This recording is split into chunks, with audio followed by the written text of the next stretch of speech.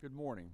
Just a short reminder that unless the court has put an order down otherwise, the cases are, the oral argument will be live streamed today on YouTube, and then the oral argument will be posted on YouTube, the Administrative Office of the Court's YouTube channel.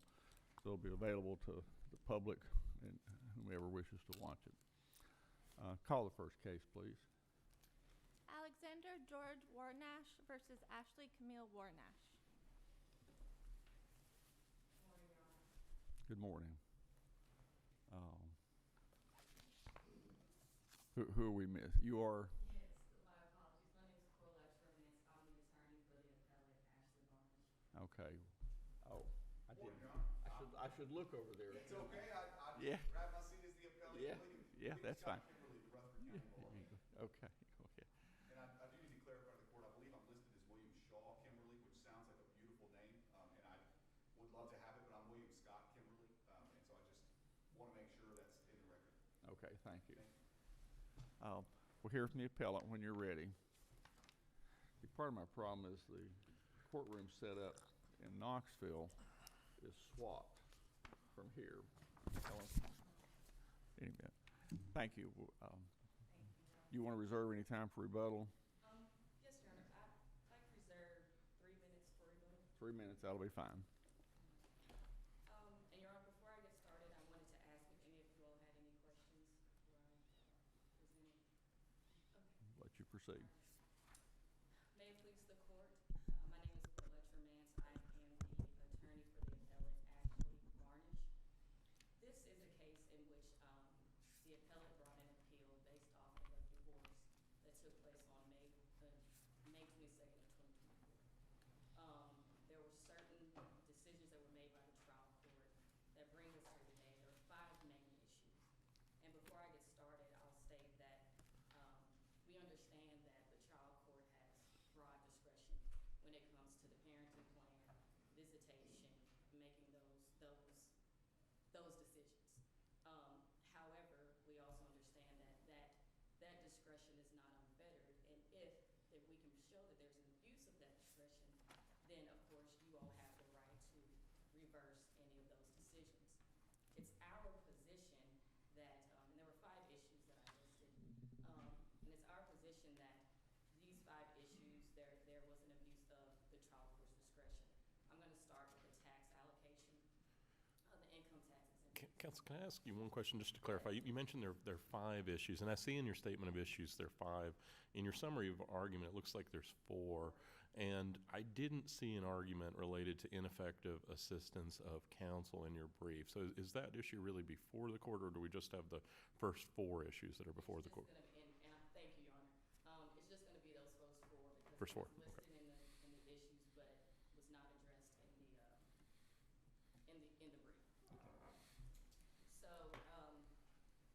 So as far as the first issue with the tax exemption, in this particular case, the parties were both awarded 50-50 parenting time. The mother was named primary residential parent. The trial court decided and gave all of the tax exemption each year to the father. We believe that's inconsistent with the legal standard. Even the Internal Revenue Code, in this case where it is 50-50, however, typically gives the primary residential parent the tax exemption. In this case, not only was she not given any of the tax exemption, it wasn't even alternated. We think that that's inconsistent and that shows that there was an abuse of the discretion of the trial court.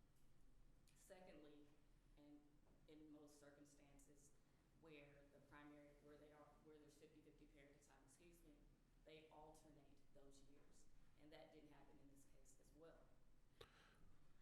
Counsel, in this case, isn't there some question about how your client is reporting to the IRS her tips and income that she's earning, and isn't that a reason for deviating in this case? Yes, so there is room for deviation.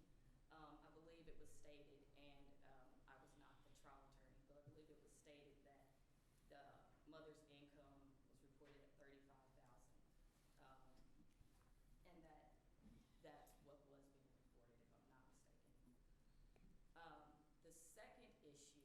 How much of the 35,000 was tip income? So, in all transparency, I believe the majority, at the time that the mother, that this took place, she was working mainly for tips. Well, I mean, I wonder if we should take into consideration a case like this, the recent change in the tax law and the fact that tax income likely will not be taxable to your client. And so shouldn't we factor that in this overall equation when we're determining whether or not your client should have been granted the exemption every other year? Your Honor, I think that we can, but I also think that it's my understanding that typically the primary residential parent would have to agree to release that exemption to the. Well, I guess my point is, Oh, though, okay. is that, it's almost like the tax exemption is wasted in that case because she would not have any tax, or her tax exposure would be a whole lot less in any event because most of her income was tip-based. Understood. Yeah. Okay. Well, of course, that's just set for what, supposedly for 3 years now under the new law. I think the exemption for the tip income, I think, was limited. I could be wrong, but I think it was limited to 3 years for right now. Okay. So I have no idea how that impacts. Understood, Your Honor, and I do not as well. If that's the case, then of course this has only been in place, I think, at this point a year. So as of May of 2025. But that was our position when it came to the tax allocation. I'll move on, tax exemption, to the second, which it's the Thanksgiving visitation. Now, number one, I think that not the primary residential parent, what's paramount is the best interest of the child standard. In this particular case, yes, Rutherford County has a week of Thanksgiving time. Right now, mother has from Monday to Thursday at 2 p.m. Father has from Thursday at 2 p.m. until Monday, drop off at school. That is set in place, cannot be changed, does not alternate. The issue that the appellant has is that this isn't in the parents, does not believe it's in the best interest of the child because she no longer gets to spend any of the Thanksgiving holiday, any quality time with the minor child, with the children. They typically do a Thanksgiving dinner, so she doesn't get that time. And so with that being said, I think that our position. I'm not sure I understand that. Mhm. The school system gives the whole week Correct. for Thanksgiving, and your client has basically the start of the week up till 2 p.m. on Yes. Thanksgiving Day. Yes, Your Honor, yes. Why isn't she getting part of the Thanksgiving holidays? Well, no, it's not that she's not getting part of the Thanksgiving holiday because clearly she is. It's that, and once again, I wasn't there in the trial. They do a Thanksgiving dinner, so they don't do anything during the day. So her position is that in the best interest of the children, for them to be able to exercise Thanksgiving dinner and time with both parents, is that it should alternate versus it being just set in stone, with her always having that first period. That was Okay. I believe the third issue was the exchanges. So in the final decree, the maternal grandmother is not allowed to have any assistance with the exchanges. However, the paternal grandmother has no restrictions on her whatsoever. There was no evidence presented in the case or proof that the maternal grandmother is a Counsel, risk. do we have the transcripts from this case, though? So, Your Honor, it's mine. I don't think there were any transcripts. And we don't have a Rule 24 statement of the evidence that was approved by the trial court, right, in this case? And so don't we have to assume that the facts in the record support the trial court's finding that and trial court drew a distinction, right? I mean, you're saying the trial court shouldn't have drawn that distinction. Right, But right. without the transcript and without that Rule 24 statement of the evidence, don't we have to assume that the facts would support the distinction drawn by the trial court in this case? Well, yes, but I think that it should be in the facts. And in this case, there's nothing in the facts that says one way or another if maternal grandmother is a risk to the children. Same thing with the maternal grandmother. Well, here, don't we have a statement of evidence in effect? It's basically a recitation of the court's own findings, so really you have, there's nothing to compare because it mimics what the court put in its order. I mean, there's a statement of evidence with just a few extra sentences to it, which really, I mean, to my mind, almost puts us in the same place if we do not have a statement of Right. evidence. And I completely agree with that. I So, believe that. I mean, in a sense then, if that's the conclusion, then that really ends up all your issues. I mean, there's really not a whole lot we can do with them because it's all fact-based unless you can tell us that there was some error of law made here. And no, I would not be able to tell So you it's that. it's It would all, literally just be. you're saying a misapprehension or the evidence preponderates against other factual findings is basically your arguments on all four On issues. all four issues, Yeah. yes, Your Honor. And thank you for that because, and I guess I could have started with that it's going to be the same argument for all of these issues based upon what I have to work with. And I believe the last one, Let me, before you leave that one, I mean, Uh-huh. I'm not sure I understand what you were saying there. That it Oh. says the parents shall not, now I understand what you're saying in response to that, but before that, the parents shall not utilize third parties for visitation exchanges without an order of the court. How is that, I mean, doesn't that apply to both sides? so there's actually, let's see, looking for, in the,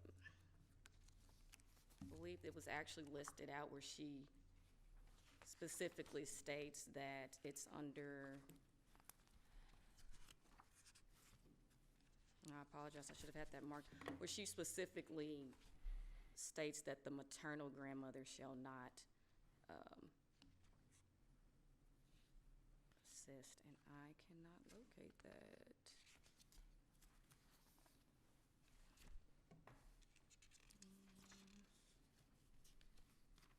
Yes, so section 7, under number in the final order, what is that, under special conditions, I believe that's what it's entitled, and it's Roman numeral 7. It specifically states that the maternal grandmother shall not be utilized in any manner in the coordination for visitation between the father and children and the mother and the children. So that was the provision I was referring to with that. Okay. And And in this instance, is it mother's mother that you're hoping will be able to facilitate these exchanges? Is that? that's correct. Okay. Or be able to assist, you know, like if, and like you said, it would go for both sides, you know, if father's not able to. And is that because of work schedule issue, or what's the necessity, or because of the animosity between the parents? Both, Your Honor. Okay. Work schedule and the animosity between the parties. I know I'm running out of time. As far as the child support obligation, once again, you know, there's no argument that the actual allocation, the amount is incorrect. Mother makes $35,000 a year, father makes $140,000 a year. The trial court determined this is the amount he's going to pay for child support. However, before he had 50-50, we now realize there was an overpayment. He was overpaying child support. So we're going to allow him to take a $400 reduction from his current support for 17 months to make up for his overpayment. This is a financial burden on the mother, which in our opinion presents isn't in the best interest of the children, since she does have those children 50% of the year. Okay, counsel, I think we understand your argument on that. Thank you, Your Honor. You too. We'll hear from the appellee.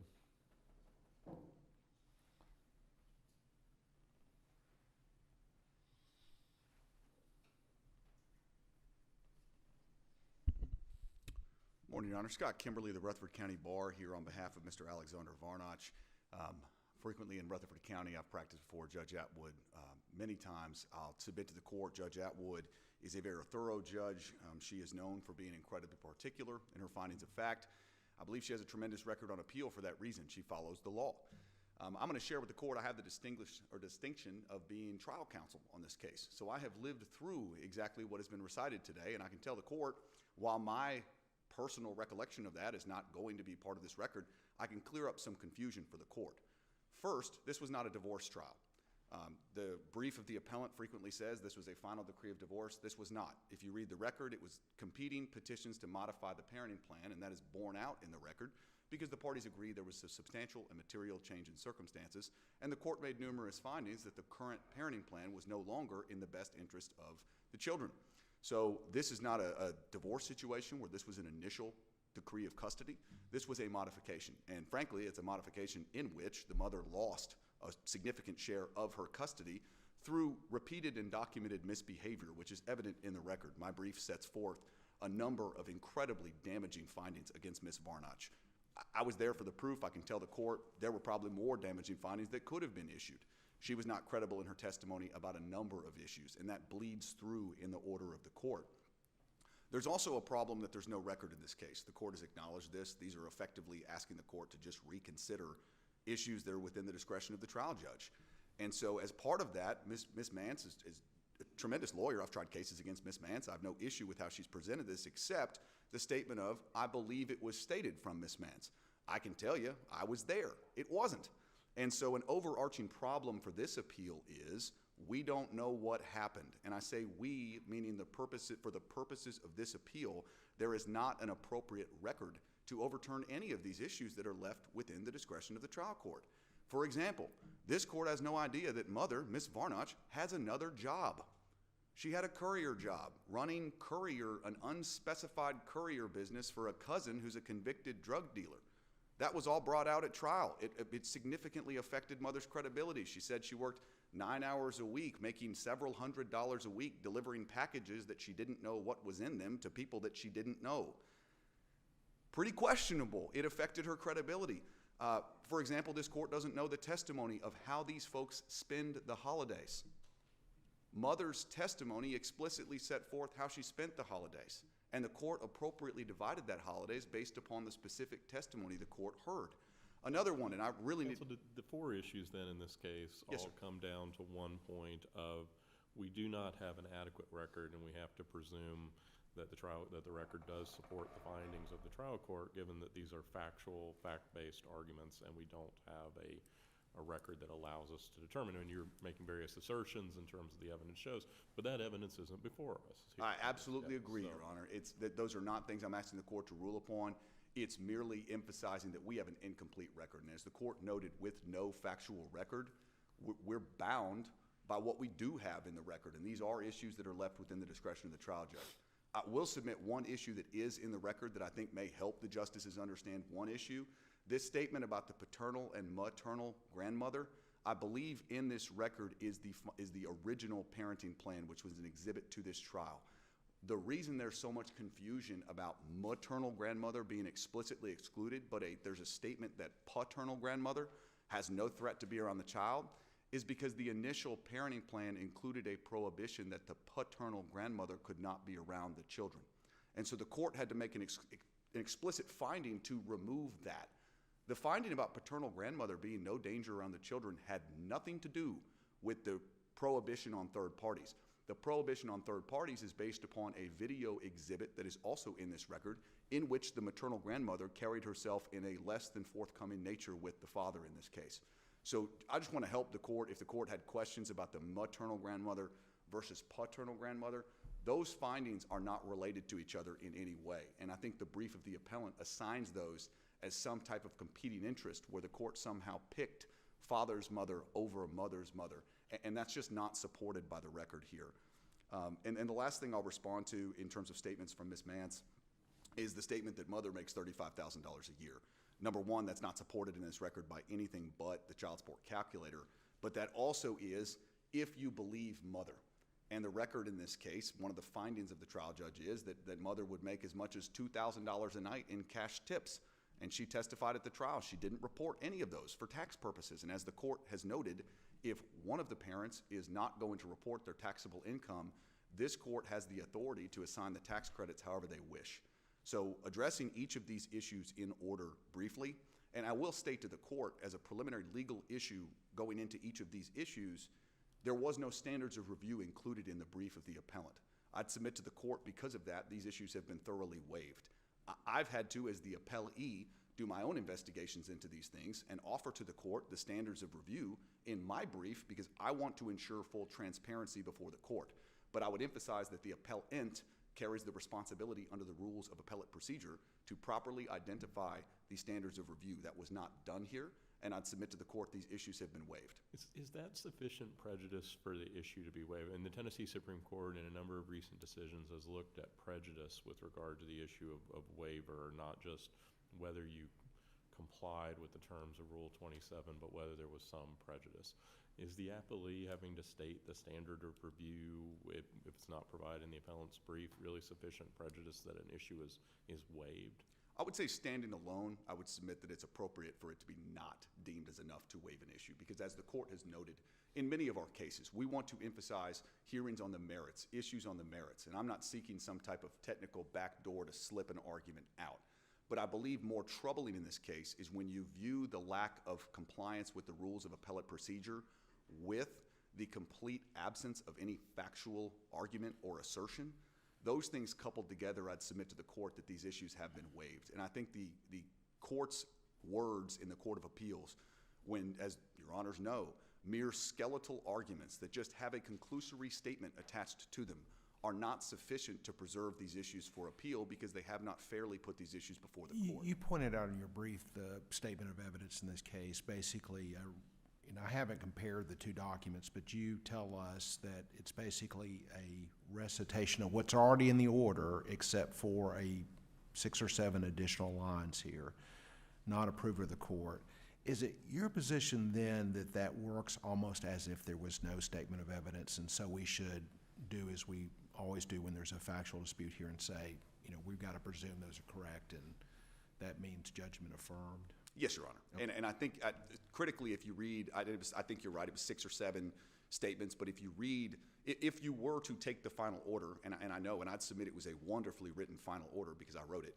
If you read the final order next to the statement of evidence, what you'd find is occasionally, and they're marked by an M dash, you can see it, there are just arguments inserted into the otherwise what is the verbiage of the order. And if you take those handful of statements out and just read them independently, it really does not add anything substantive to the facts. It is just argument inserted into there that these issues were not appropriate. And you didn't interpose any objection to the statement of evidence. And I guess, okay, I see what you're saying with the M dash here. Mother's counsel failed to present any evidence or proof of mother's emotional ties to the children. And that's an example of just commentary that was added to the statement of evidence. Yes, and I think commentary is an excellent way to frame it. And I think it is appropriate commentary for an advocate on behalf of Ms. Warnatzsch. But is that substantive factual evidence that this court can rely upon as to what transpired at this trial? And I'd submit that it's not. And so I do believe, practically speaking, the way to address this in light of the dearth of factual statements is to treat this as a matter without a statement of evidence or without a transcript because, frankly, we just have our final order. And as the court has noted in your questioning of appellant's counsel, these issues are effectively treated as, hey, we kind of have to look at this with some favor towards how these factual determinations were made because we don't have the sufficient evidence to make findings against that. If all of these issues are reviewed, and I believe the first 3 absolutely are reviewed under an abuse of discretion standard, I believe that the child support issue is also reviewed under abuse of discretion standard, but in full transparency, Your Honors, I could not find any case law on how to order the repayment of child support that was overpaid. And I'd submit that's maybe because these issues aren't appealed. Ms. Warnatzsch had already received all these thousands of dollars. She had it in her possession. So I don't know how you assign error in how that is repaid. I think the trial court could have just ordered her. Mr. Warnatzsch could have not paid any support. And the need for repayment here was because it was determined that mother was not using the child support payments for child support, in other words. Was it because of the support of her mother? Is that why, or that was it deemed an overpayment here, or? I believe it was a retroactive modification from the date of filing based upon the income information that was offered by mother as to what she was earning. And the retroactive modification, as the court knows, back to the date of filing the request to modify, is soundly within the discretion of the trial judge. Judge Atwood exercised that discretion, granted a judgment, and then we had a motion hearing, it's in the record, to determine how that would be repaid, and Judge Atwood made a ruling that I believe is consistent with the law and the discretion afforded to her. And so, addressing each of these issues briefly, on the tax exemption issue, it's an abuse of discretion standard. The brief of the appellant merely states that the decision of the judge is not equitable. I'd submit to the court that that is not an appropriate grounds for relief in this case, because you have to show that there was an abuse of discretion. There was nothing in this award. Ironically, I believe the Culpepper case, which is cited by the appellant in support of the assertion that this award was unjust, in the Culpepper case, the trial court awarded all of the exemptions to one parent. So this is absolutely something that's appropriate. As the court noted, including the fact that Ms. Warnatzsch was less than transparent in her income and how she reports her taxes, I think the decision by the trial judge here, or I'd submit, doesn't matter what I think, I would submit that the decision of the trial judge to assign those credits to Mr. Warnatzsch was appropriate. Even if it was not appropriate, it's absolutely not an abuse of discretion. Did the trial court make any specific credibility determinations? Yes. And what was it? I believe they're in my brief. Ms. Warnatzsch is not a credible person. She was found to be not credible on a number of points. Ironically, one of the issues that she was found to be not credible about, and this is in the record, bleeds into the third-party issue. And I've never had this in my career. This was the first time in my career that I've seen a trial judge make a finding in the best interest factors on the ability to perform parenting responsibilities. In the factor that talks about the past performance of parenting responsibilities, the trial judge found that mother did not even perform those because mother was not there. You know who performed them? Maternal grandmother. There's a reason there was conflict at exchanges involving maternal grandmother, because the mother was not there.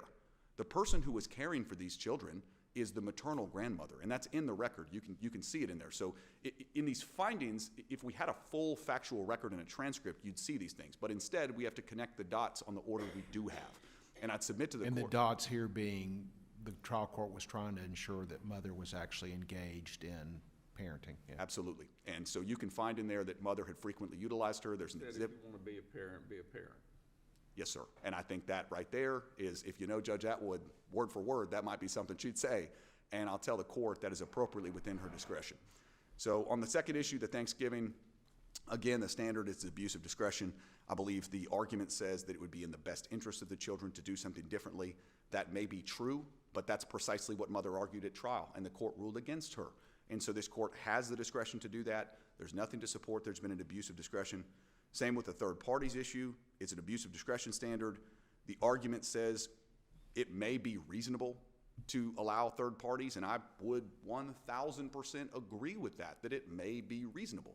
But we're here on an abuse of discretion standard, and I think the court ruled appropriately. And on the last issue about child support, again, I believe it's under an abuse of discretion. The argument states it would merely be equitable to issue something differently, and again, that's just not the burden that we are here for. I think this record, Judge Atwood made appropriate findings of fact. These parties are appropriately before the court. I think, as the court has noted, the fifth issue, including ineffective assistance of counsel, has been waived by a failure to include it in the argument.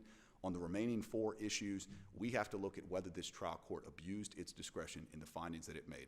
Not only would I submit the trial court did not abuse its discretion, but I would submit that this order carries appropriate and necessary findings of fact, and a lot of the issues here, as noted in the maternal versus paternal issue, these are just issues that appear to be confusing if you were not present. And frankly, the problem for this appeal is we're all in the position where we weren't really present because there is no record. And where that puts us is, as the court has noted, we have to rely upon the trial judge here, who did a good, honest, and thorough job in this case. And on behalf of Mr. Warnatzsch, we will ask the court to affirm that. Thank you. Hear from the appellant in rebuttal.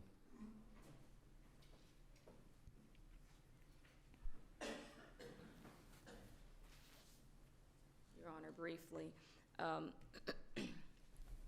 the appellee brings up the case law from Culpeper v. Culpeper, and in that, specifically and repeatedly through that, I'm only talking about the tax exemption allocation.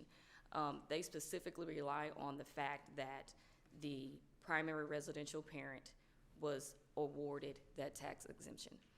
That tax exemption, and they say it all throughout. So yes, I reference it because the primary residential parent, which was mother, was allowed that tax exemption.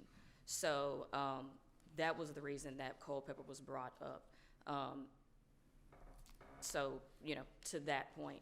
As far as the other points, once again, we've already established that the only record was the final order, for lack of a better term, because there's no transcript.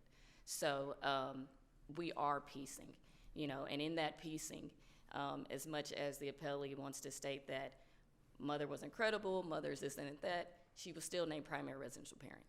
So there's also some pieces missing that I think, I was not there, but apparently Judge Atwood felt that she was still, should be awarded primary residential parent, and was. That was not changed. So yes, there are pieces missing, but at the same time, I think some of once again, and this is referring right back to the tax allocation exemption, that there were inconsistencies on what is normally the legal consistent standard. So, Thank you. thank you, Your Honor. Of course, thanks to counsel for both parties. We appreciate your argument this morning.